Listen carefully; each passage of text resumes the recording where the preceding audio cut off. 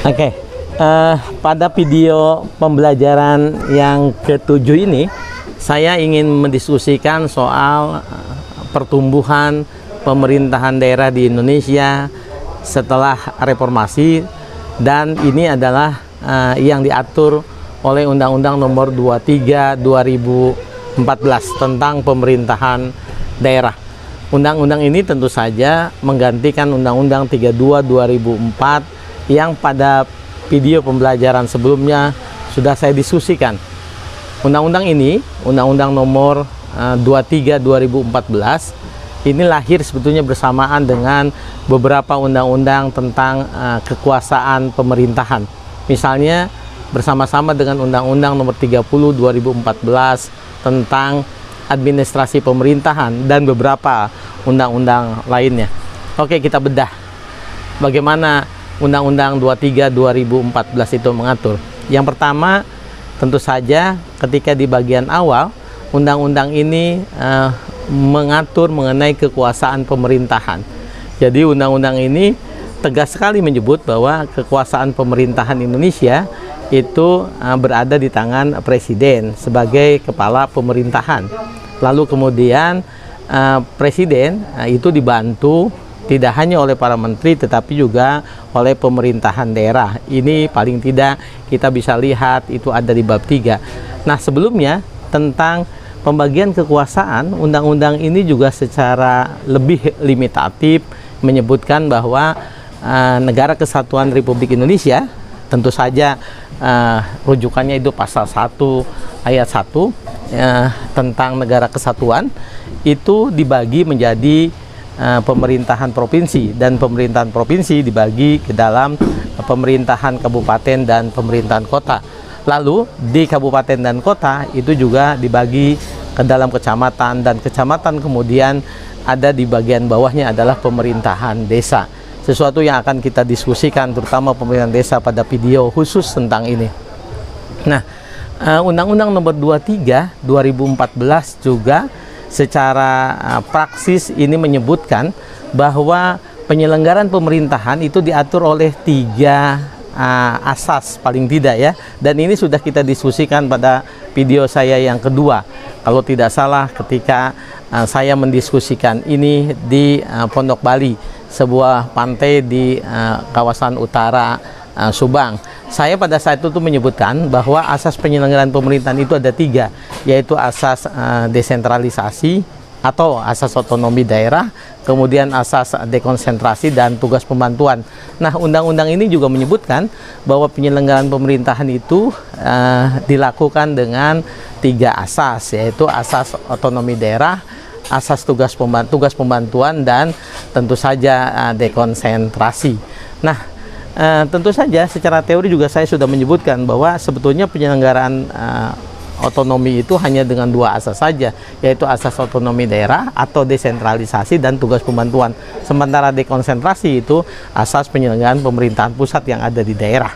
Itu sudah saya jelaskan, dan undang-undang ini 23 2014 menyebut secara tegas. Jadi artinya dasar-dasar teori yang digunakan sudah kemudian diaplikasikan di Undang-Undang Nomor 23 2014 ini.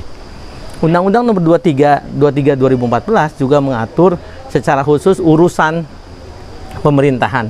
Nah, urusan pemerintahan itu disebutkan ada urusan pemerintahan yang dibagi 3. Pertama, urusan yang bersifat absolut, yaitu yang memang tidak bisa dilakukan oleh pemerintahan daerah, itu masih ada 6, sama dengan Undang-Undang Nomor 32, yaitu urusan luar negeri, moneter, fiskal, kemudian pertahanan, keamanan, lalu urusan agama. Itu bagian dari urusan-urusan absolut yang tidak diserahkan kepada daerah. Dan juga ada yang bersifat konkuren, itu dibagi antara pemerintah pusat, kemudian juga provinsi dan kabupaten kota. Satu lagi urusan pemerintahan umum. Jadi secara teori juga ini sudah diatur oleh Undang-Undang Nomor 23 2014. Bagian berikutnya sambil pembelajar menyaksikan tempat yang indah di Polres KP daerah Kabupaten Batang berbatasan dengan Banjarnegara. Jadi di sebuah hutan yang dikelola oleh Perhutani, ada sebuah KP yang namanya Polres KP, menunjukkan bahwa memang KP ini berada di hutan, kawasan hutan gitu ya. Lihat Indah, silakan. Kita akan terus mendiskusikan mengenai pemerintahan daerah yang diatur di Undang-Undang Nomor 23 2014. Nah, Undang-Undang Nomor 23 2014 juga mengatur mengenai yang lebih penting adalah bagaimana pemisahan kekuasaan secara tegas itu antara pemerintah dengan daerah dengan DPRD. Yang saya maksud adalah di undang-undang ini yang disebut dengan pemerintahan daerah adalah pemerintah daerah dengan DPRD. Nah, DPRD jika pada undang-undang sebelumnya mempunyai 3 fungsi utama, yaitu legislasi, kemudian penganggaran dan pengawasan, maka pada Undang-Undang 23 disebutkan dengan tegas bahwa 3 fungsi utama dari DPRD itu, yang pertama adalah pembentukan peraturan daerah, kemudian fungsi pengawasan dan fungsi anggaran. 3 fungsi utama ini tentu saja dilakukan ketika DPRD menjalankan fungsi representasi sebagai perwakilan dari rakyat di daerahnya.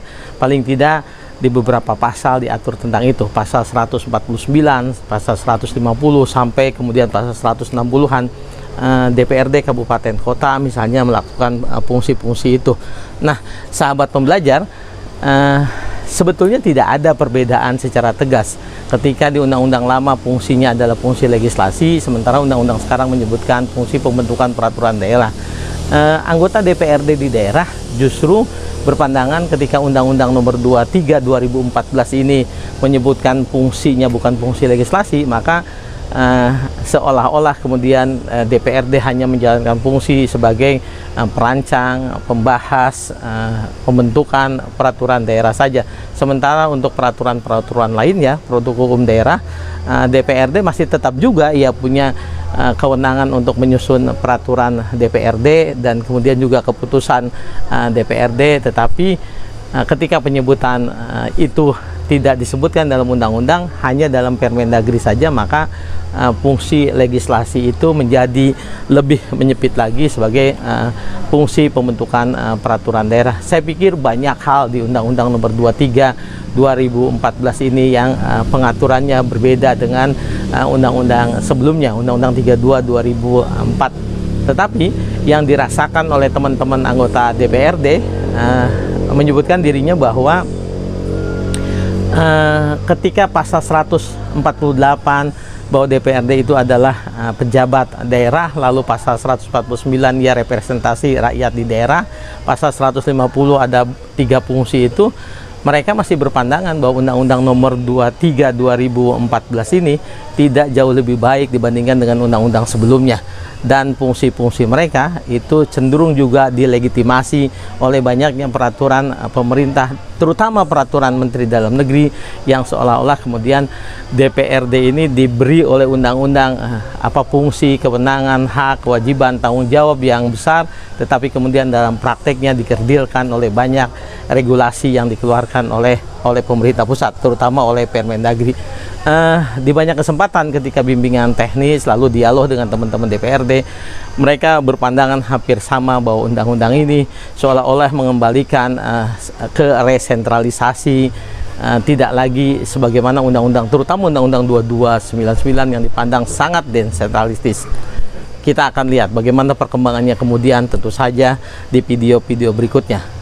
Terutama kita juga akan diskusikan secara khusus tema tentang pemerintahan desa atau dengan nama lain yang diatur oleh undang-undang yang khusus, yaitu Undang-Undang Nomor 6 2014. Saya pikir itu, dan sampai ketemu dari KP Forest atau Forest KP di kawasan pegunungan sekitar Dieng dari Banjarnegara ke Batang.